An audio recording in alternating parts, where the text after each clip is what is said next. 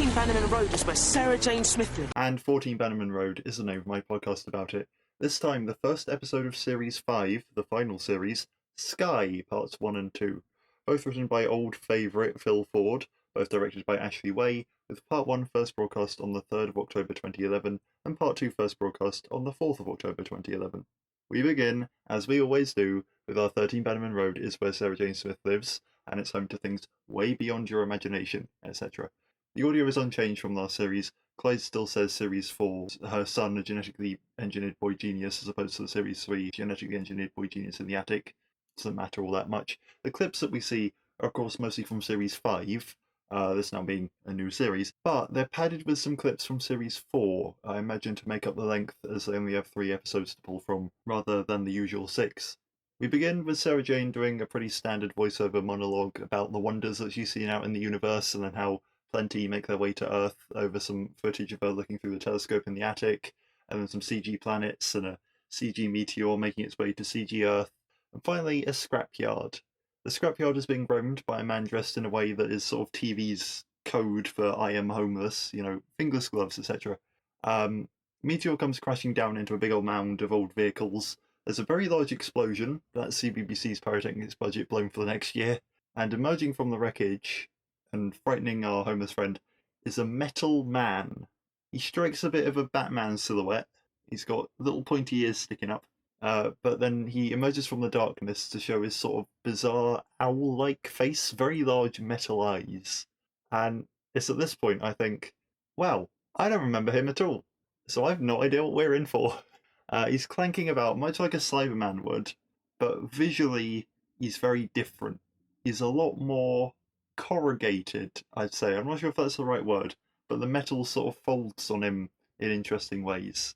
Much like all the costumes in the show, I'd love to know where the suit ended up, because I'm not really sure this is the sort to get reused.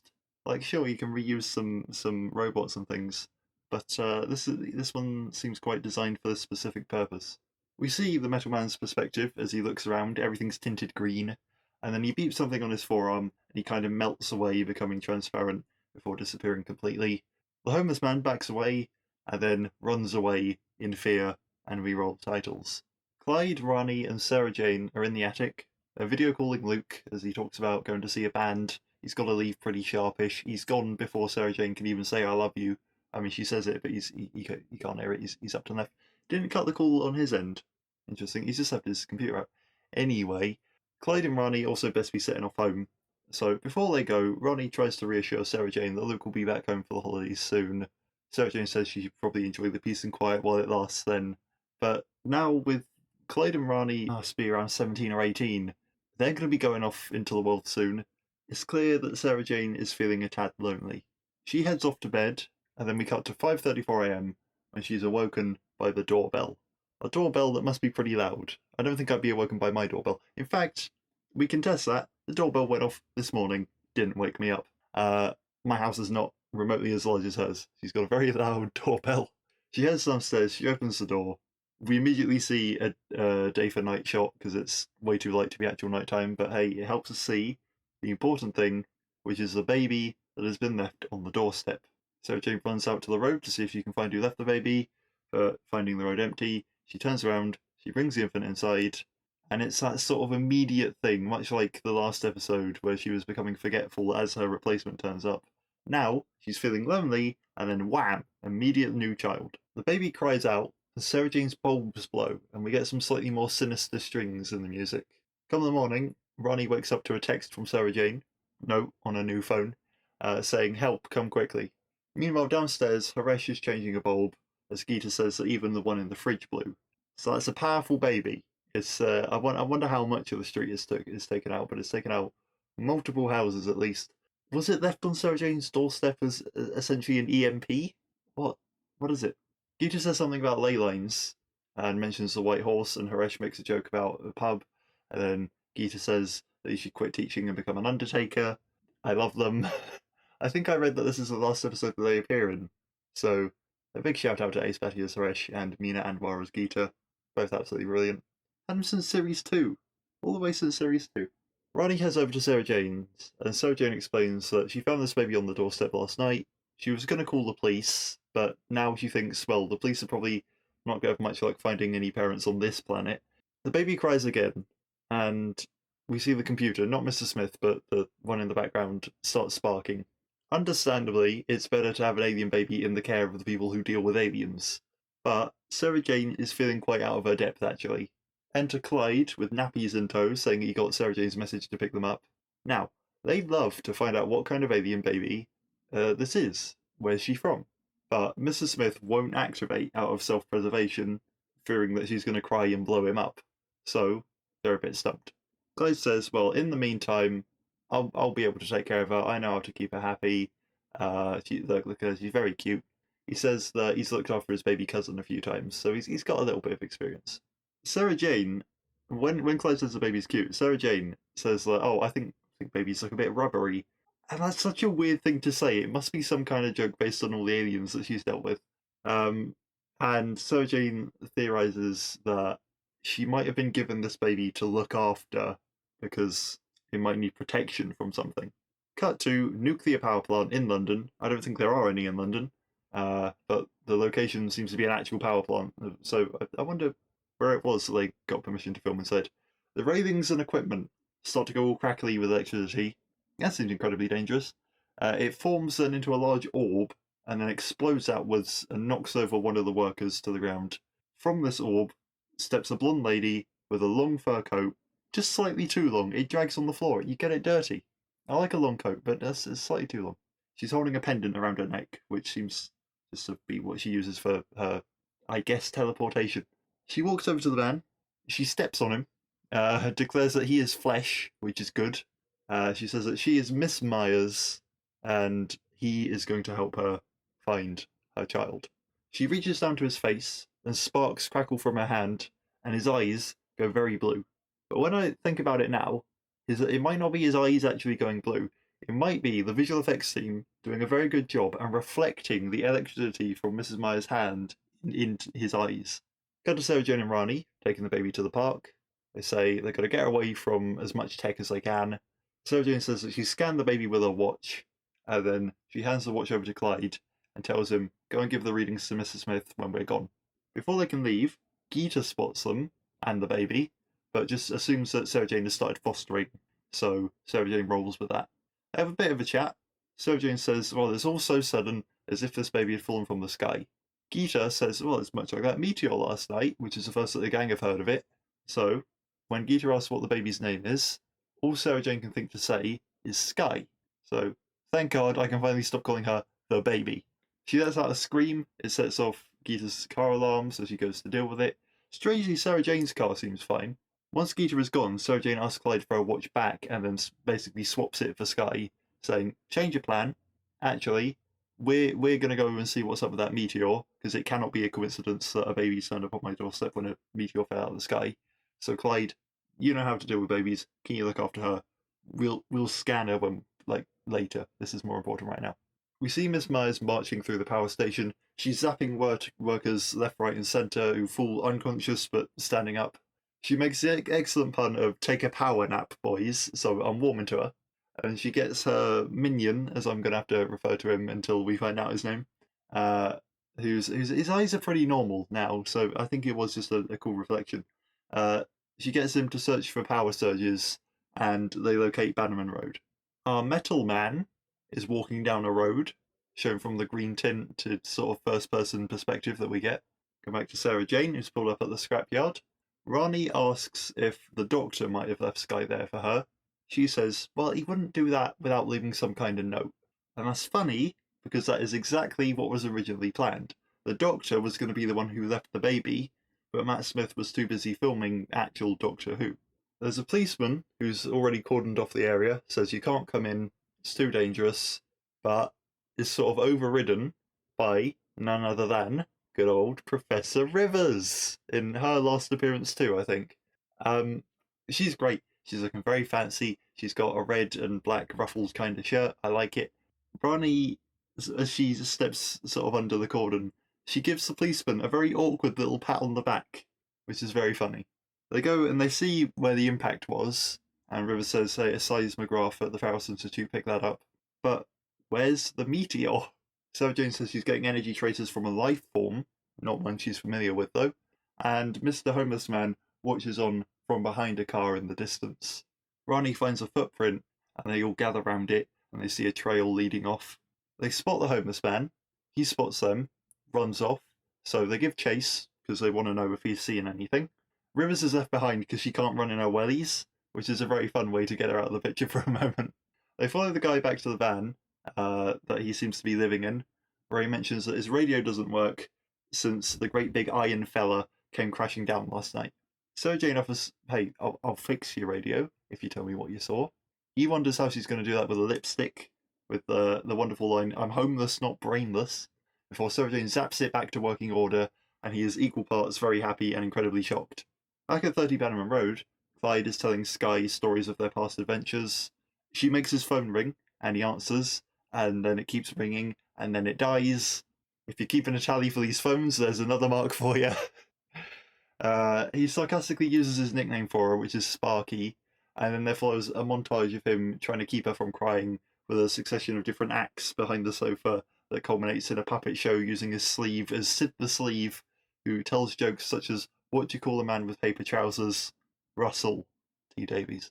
So I imagine that's the reference there.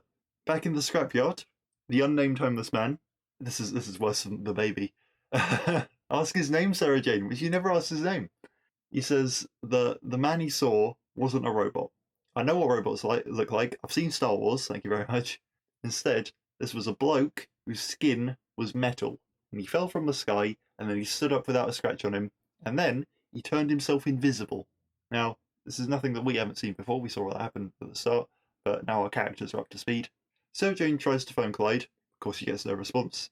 And then they meet up with Professor Rivers, and they head to her van to use her equipment to track a specific signal, because Sarah Jane has formulated a bit of a plan. We go back to the perspective of the Metal Man, and there are people on the street now who completely ignore him, so we're showcasing that he must have his invisibility still turned on. Clyde has taken Sky out to the garden to try and get her away from tech and things. It's nice to see the garden again, don't see it as much as we should. And then, Miss Myers and her minion turn up at Haresh's house. They say they're from the power company, they're investigating the source of the power surge. They've got the uniforms on and stuff, and Miss Myers gives a big wide smile, slightly too wide, but also in a bit of a joking way, where you're like, oh, she's just joking. She's doing this big wide smile on purpose. She's fine, she's harmless. He lets them in. Sarah Jane is saying to Rivers there was probably an ultra-high frequency pulse that scrambled the radio, so it's worth seeing if we can search for ultra-high frequency pulses, because we'll see if our metal fella is still emitting it. Rivers scans for it, tracks it, we see he's on the move, heading towards Bannerman Road. Celeste tells Sarah Jane to be careful. She says, I'm never careful, but I'm always prepared. She's brandishing her sonic. Once Sarah Jane and Ronnie are off zooming back home, she pulls out her entirely normal lipstick and pretends to zap things with it like Sarah Jane would. I love her so much. I love her so much. I love that this made it into the episode too. It's brilliant. It's the best little scene. At the Chandler's house, when Myers asks if they have young children, Geisha says, well, we just got Ronnie, who's 17. Okay, so we confirm 17. But that's Sarah Jane over the road. She's just fostered a baby, you know. Myers is suddenly very intrigued by this. Back to old Metal McGee, we're sort of just swapping between the three.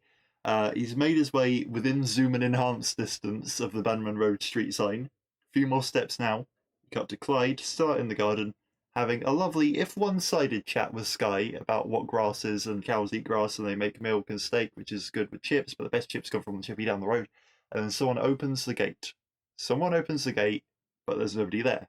He sees footprints in the flower bed, which I assume is just sort of a before and after shot. They sort of morph from one to the other. And he reaches out and he feels the metal fella standing in front of him, who then sort of uncloaks himself, having been found out.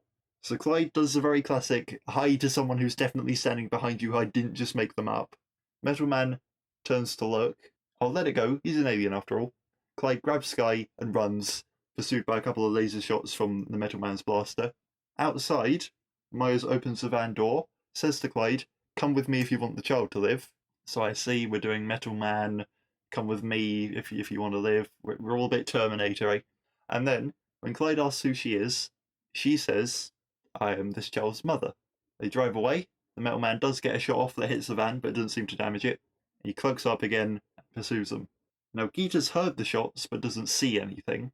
So Haresh just very sarcastically says, "Oh, don't worry, it's probably just the gas mains exploding. After all the lights blew and all the car alarms went off, it's just a normal day here on Bannerman Road, isn't it?"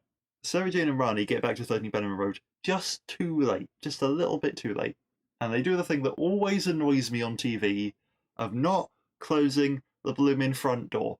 I know it's not necessary at all to have a shot of them closing the door, but we have a shot of them walking away from it open, which implies that they didn't close the door.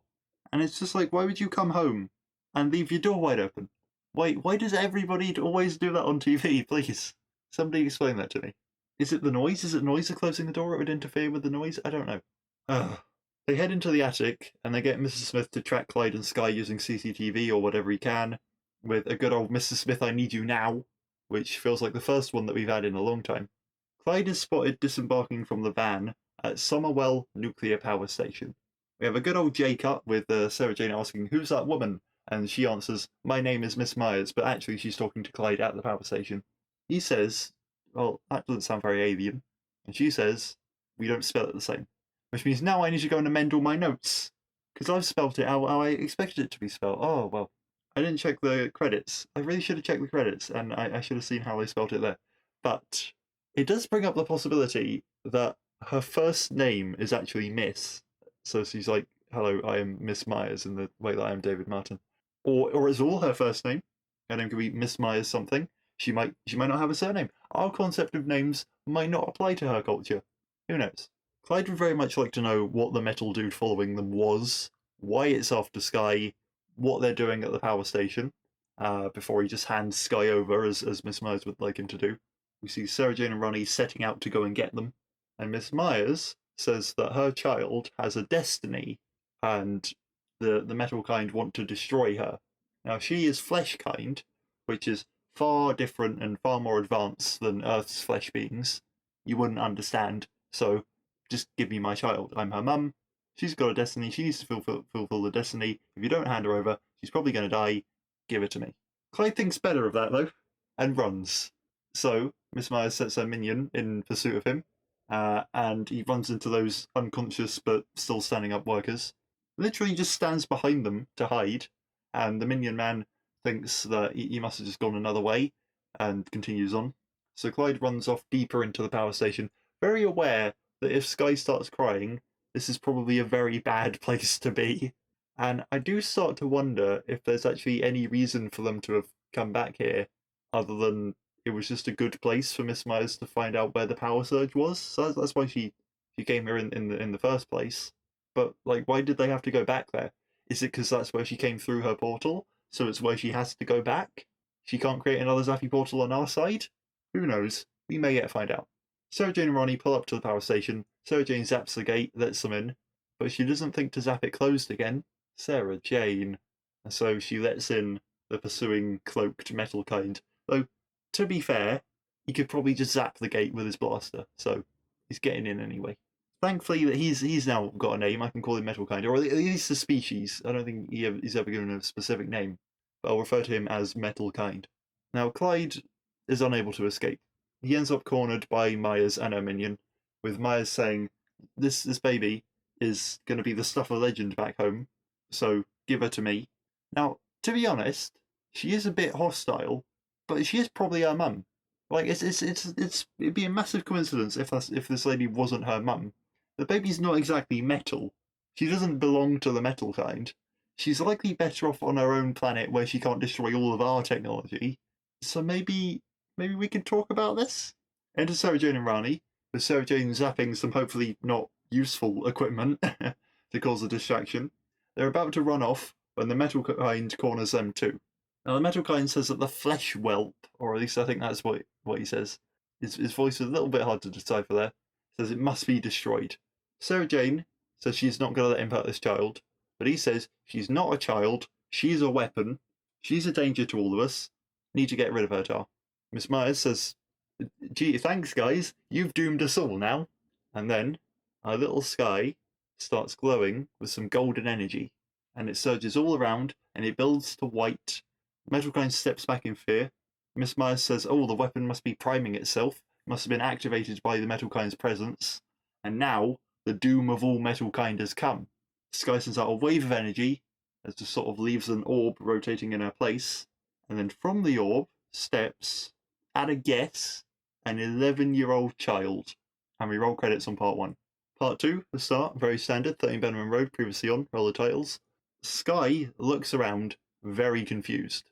The Metalkind says, I'm too late, and Miss Myers reiterates that Skye is his doom. Skye starts to glow again, and energy sort of builds up around her. She wonders what's happening. Miss Myers tells her to destroy the Metalkind. She reaches out her hand, energy fires from it, and sends him flying back into the wall, leaving a very hefty dent in this concrete wall. Miss Myers wants her to finish him off for good, but Sarah Jane says no. Now, Skye is not too keen on Miss Myers telling her that she's a weapon, that she was grown in a lab to destroy Metalkind, so that's her purpose. She should fulfill it. You're basically a weapon, you're not a person as much as you feel like a person. So Skye naturally takes to Sarah Jane a lot more, who's actually being nice, telling her, you don't have to destroy anyone if you don't want to. There's quite a lovely speech from Sarah Jane to Miss Myers, saying that we can't help how we come into the world, but we should get a say in what we do with our lives. Skye is an innocent child, she's not a weapon, so Sarah Jane is going to protect her from Metalkind, but also I will protect you from Fleshkind if I have to.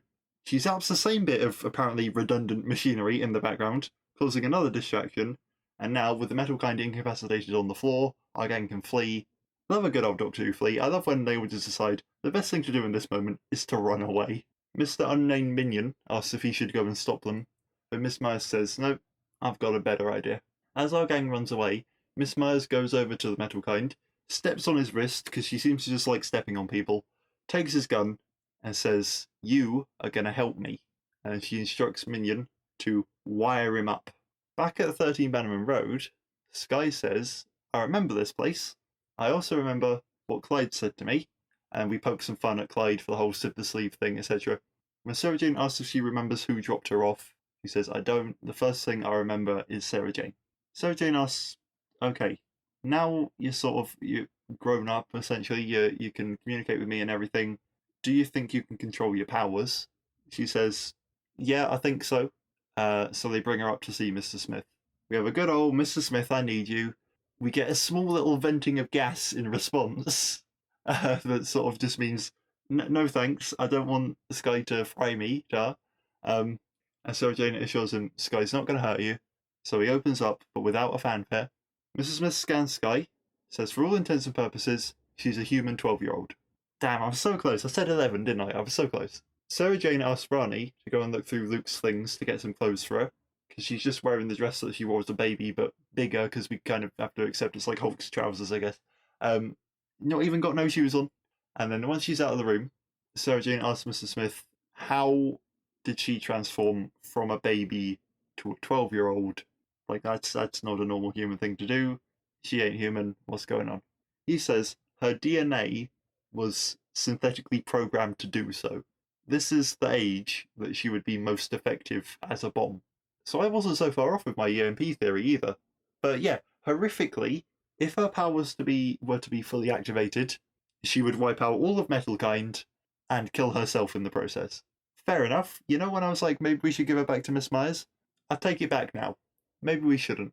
I'd make a very bad member of the gang. I mean, it may be how they do things on the Fleshkind world. They grow essentially fully functional kids only to send them out to be suicide bombers. But when Ronnie's dropped on your doorstep, you should probably do something to help him out and keep him safe. Ronnie and Skye have a bit of a chat about Luke. Ronnie explains who he is. I'm not sure if there's some sort of symbolism they're going for with her being the new one who doesn't know how the world works and she's wearing the clothes of the previous person to take that role. But it's quite possibly what they're doing there. Ronnie says the clothes aren't exactly fashionable. Skye wonders what that means. So Ronnie says, well, if you're wearing fashionable things, you'd be wearing nice clothes that are made for a girl instead of these. I would argue slightly on that definition of fashion, but this is a 17-year-old girl in 2011 trying to explain fashion to a 12-year-old who has no idea about anything, so sure, let's go with that. Skye then wants to know what a girl is, and we cut away before we see whatever, I'm sure, certain to be slightly problematic definition Rani can come up with. Mr. Smith explains to Sarah Jane that out there among the stars is a binary planet system in the Tornado Nebula specifically, where on one planet, life evolved to be carbon-based, on the other planet, it evolved to be boron-based. And then he elaborates for Clyde, who said that he was watching the netball team out the window in chemistry class. Now, netball, at least at my school, was a, in quotes, girls' sport. So Clyde has just confessed, I was staring at all the girls. And, like, it was like, just had TMI there, Clyde. You could have just said, for those of us who don't know, rather than for those of us who were staring at all the girls. But okay. Anyway, the carbon-based flesh kind have been at war with the boron-based metal kind for a long old time, and now Sky has been created as a doomsday bomb to just put an end to it. Enter Sky, perfect timing. What's a bomb? And the way she speaks, she's sort of like, Miss Myers called me a bomb, right? It's that sort of, it's very reminiscent of early Luke. It's the I am confused school of acting. They explained to her she was created as a weapon, she was designed to kill metal kind, but killing is wrong. You don't have to do it. It doesn't make you bad. You didn't make yourself that way. You're responsible for your own life. Miss Myers made you like this, so she's the bad one. Like, don't worry about it. You're going to be okay. Once that's all clear, they ask Mr. Smith if anything can be done. He says, not much. She will explode if brought into contact with the energy that is emitted by massed metal kind, so keep her away. Now, I imagine they're kind of referring to like the signal that our single guy was giving out that scrambled that radio, and that single signal is what triggered Sky enough to knock him into the wall. So if you get all of them together, then it's gonna sort of trigger Sky enough to wipe them all out. Clyde asks if she can't be diffused somehow. She'd basically still be a weapon, but if we can make her no longer receptive to that signal, there's no chance of her actually going off. And Mrs. Smith says, well, the only real way to do that would be to get Miss Myers to do it. She's the one who's created Sky. She can probably remove that sort of receptivity that Sky has to that signal. So Sky wants to go and ask her, but they explain the dangers of that. And she says, well, it's our best shot. We can sit here for them to come to me, and then I'll be taken to blow up. Or we can go to them, but there is a slim chance that we can convince them to help. Haven't got a better plan? So they drive up to the power station, but they drive around the front this time. Because Sarah Jane says that she doesn't want to break in the same way twice, because that's a recipe for getting caught. There's a guard on duty, though, here, so, it's far easier to breaking around the back. But Sky says, don't worry, I've got that covered. I wonder, why not just drive up and introduce yourselves? Why worry about getting caught if you're going to meet the person who would capture you anyway? Anyway, Sky sets off all the car alarms, the guards run out to check it, and our gang drives up to the barrier, they sonic it, in they go. Sarah Jane tells Sky to stay with Clyde and Rani till she can convince Miss Myers that there is another way to end the war. Till then, this is incredibly dangerous, so stay put. Slightly reluctantly, she agrees. Sarah Jane enters the power plant, she sees all the unconscious workers, gets caught by the minion pretty quickly. She just says, well, take me to your leader. Outside, Sky says that they should go in. Sarah Jane might need us. Clyde and Rani reiterate, it's dangerous. You promised to stay outside. Sky says, well, I don't really understand promises, and then she runs in anyway. Now, I think she does understand promises. I think she's exploiting her perceived naivety, but what's the bet that it's going to come in real handy that she did, though, eh? It's always that kind of thing. When someone tells you to stay put and you don't stay put, it ends up working for the better.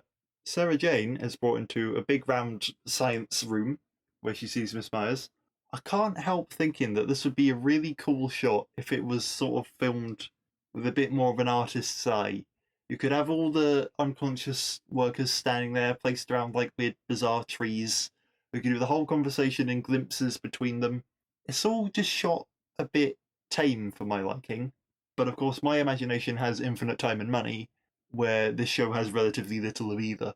Sarah Jane basically says, deactivate Sky, please.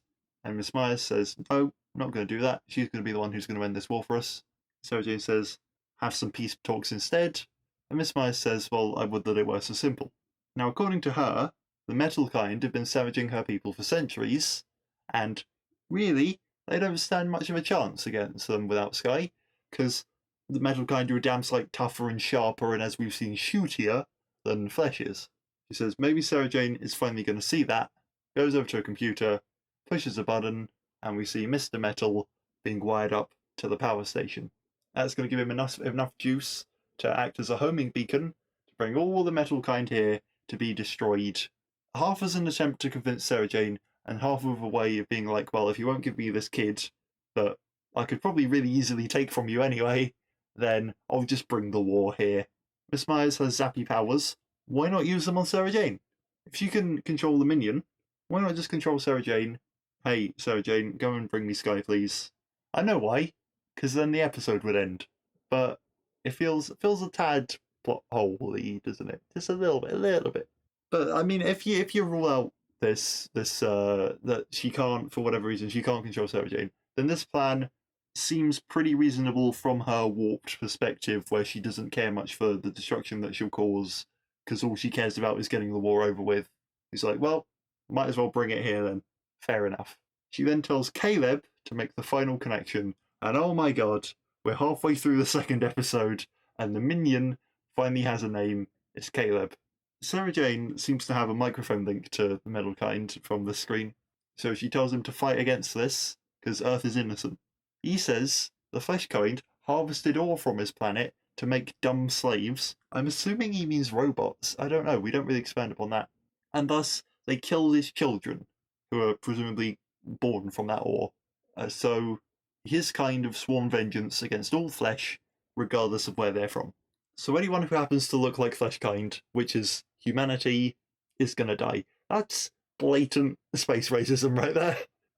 But it seems then that both of these sides don't care for the collateral. If it's just anyone, we hate each other, but anyone who happens to be mixed up in the way, they're going to die as well. We've just both now know that both sides are not innocent.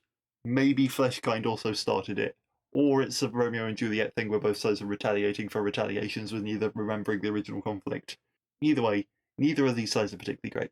Now, to fill a plot hole that I hadn't even considered, Miss Myers says that she scrambled his brain, so he thinks he's calling his kind here to glorious battle and not to destruction.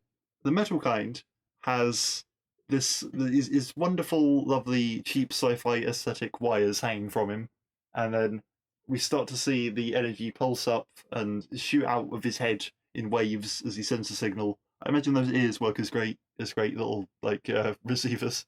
And Miss Myers says that if Sarah Jane hands over Sky, then she'll turn it off. She'll turn off the signal. Metal kind won't come here. We'll go and destroy them at home. Earth will be spared. If you don't give me Sky, they're going to come to Earth. They're probably going to kill some folk. They're probably going to kill all folk, and then Sky will wipe them out. So, Sarah Jane's choice.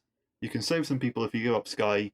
Classic trolley problem. Sarah Jane rejects the trolley problem, turns around and walks away, and bumps into Sky and Clyde and Rani. Sky says she can feel the metal kind coming, and she needs to stop them, needs to save everybody. This is literally what she was made to do. She's been told hi, I'm here to stop them. Sarah Jane tries to stop her, because she will die if she stops them, but she's off running again. Maybe shout out to her, hey, if you zap our one metal kind again, it might disrupt the signal. That might stop the others from coming, mightn't it? You don't need to, sure, you're made to destroy them, but maybe if you just make them not come through the portal, that would help. Sky uses her powers to close the door behind her, so Sarah Jane says, hey, I'm going to take another route, I'm going to find her, I'm going to catch up to her. Clyde and Rani head to the control room, shut down the power plant, because that'll stop it powering our metal kind, that'll stop the signal. They're like, okay, we've no idea how to do that, but we'll go and give it our best shot. Sky finds metal kind. Clyde and Rani find a map of a place, and they run for their lives to get to the control room. Then we're back to Sky, who's glowing now with orange power. Literally looks like she's about to regenerate Doctor Who style. Sarah Jane catches up to her, but Sky says, stay back, and then enter Miss Myers, opening up the big blue portal thing that she stepped through in part one. I imagine she's either going to bring Sky back through, or she's going to use it to guide the metal kind in. I keep wanting to call them metal kin as well. Sky walks towards it, saying she's got to save Earth. I mean, I'm liking this. I can't remember how it ends, so I'm liking the stakes right now. This all. Are they going to come through? Who knows? Probably not, based on the budgetary concerns. But I'm liking it. I'm liking what it implies. Clyde and Rani find the control room. I'd say alarms are blaring here, but it's more like the alarms are booping here. And They find a couple of joysticks that are going to allow them to pull the fuel rods out that will shut the place down. I have no idea how a nuclear reactor works. I imagine it's not quite like this. They give them a try, they don't seem to be working. There's a few slightly clunky video game references in there as well, so I'm going to kind of breeze on by them. Skye steps ever closer to the portal. Sarah Jane says, "You don't have to do this if you don't want to. It's wrong to kill. But hey, if she wants to kill, I don't think anyone can stop her." She keeps getting closer. We can hear the marching of all the metal kind now. It's loud enough to make Sarah Jane cover her ears. Clyde and Ronnie figure out that they need to remove the correct coloured rods simultaneously in the right order. I'm really sure this isn't how it works. There must be some kind of emergency stop button, right? But now, what I'm certain is going to happen is that they're going to do that and they're going to shut it down before Skye can get a chance to kill anyone. And then she's going to, I don't know, come to her senses or something. She's going to zap Miss Myers. That's going to get her out of the picture. I'm placing my bets now. And the first part of that does indeed happen. Clyde and Ronnie shut down the power plant, which closes the portal, which means that the portal was connected to the plant and not just Metalkind's beacon, which is maybe why Miss Myers had to come through here. Anyway, it seems to zap Skye, and she screams and falls to the floor. And then we cut to the Chandler's house, but all the power goes out, and Haresh is absolutely fuming. Clyde and Ronnie run down to see Sarah Jane with the unconscious Skye. They're bathed in emergency red backup light, and they could have played with this light so much more. I'd love to remake this episode and just make it look cool. And I think that's the first time I've really thought that. Honestly, it's a good sign, in my opinion, because it shows how much potential that this episode has. But I just don't think that visually all the potential has been realised. We see that Metalkind is conked out too, and Miss Myers is kind of standing there hopelessly. And then Skye wakes up. She says that she feels different. Miss Myers says, "Yeah, I can feel it too. The huge zap that you got from the portal just basically stripped you of your powers." Now, this really toes the line between, oh, this is just complete nonsense, and yeah, of course it's complete nonsense. What kind of show did you think you were watching? Just go with it. And the Metalkind wakes up in the background. He grabs Miss Myers, specifically her pendant, announces, "I saved some energy just for you, Fleshkind," opens up another portal, drags her through it with a scream, and they're gone. Well, that's them out of the picture then, isn't it? That's done and dusted there. It's neat. You've cleaned up the loose end there, but perhaps a little bit unsatisfyingly. It's not a great. I really enjoyed watching this episode, but looking back at it and talking about it, I'm like, it's not a great episode. There's a lot of, oh, I have questions, and the ending is quite unsatisfying. But hey, it's a Phil Ford. With no Miss Myers around anymore, Caleb even seems to be snapping out of his trance. Sarah Jane says, "You know what? I'm too tired to think of clever answers to awkward questions." And she turns around and she takes the gang home before Caleb can even think of a question to ask. And you know what? That is fair. Just, no, I can't think of an answer to any of this. Bye. I think that is my favourite moment. We've gone from complaining about this episode to just the absolutely beautiful moment that is of just, no, I've got no answers. See ya. At home, Geeta and Haresh spot the gang pulling up. Haresh says that Geeta was telling him about the new baby Skye. Skye says, "That's me." And Sarah Jane has to quickly fabricate that social services brought her the wrong child. It was a baby called Skye instead of a teen, nearly. Now that's all been sorted out. Geeta is a bit wary, but I guess Occam's razor comes into play. You know, it's not as if she's going to turn out to be an alien or something, is it? Imagine how weird that would be. I assume with Rani to corroborate this story as well, they're just going to come to accept it. It's not the weirdest thing to happen on this road, is it? Skye and Sarah Jane head inside. Clyde and Ronnie spot Sarah Jane's headlights going on and off, and Clyde reckons, maybe Sparky hasn't totally lost her spark after all.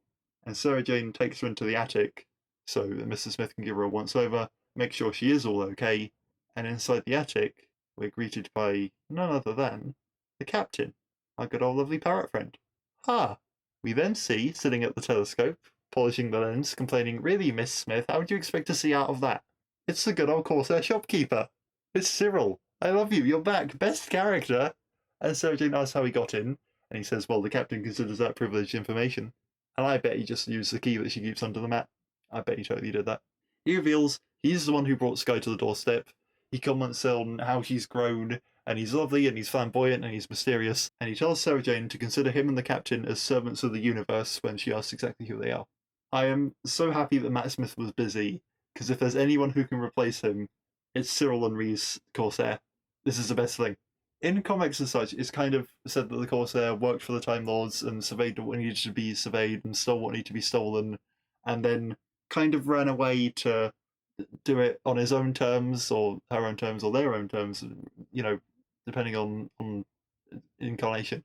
And they've had a lot of fun in basically a sexier version of the Doctor, and I can totally see him picking up this weapon child and being like, well, I can't look after her, but she needs to be looked after. I'll drop it off to Sarah Jane then. And just kind of ringing the bell, not explaining anything. It fits very well. I mean, his TARDIS is a pirate ship, don't you know? Best character. I wonder if he's still banned from time travel right now. Who knows? He says sometimes things can't be left to chance. And he walks around and he's polishing things and he's being mysterious and he moves something and Sarah Jane moves it back and then he moves it back again with the added flourish of happening to be talking about things being in their place while he does it.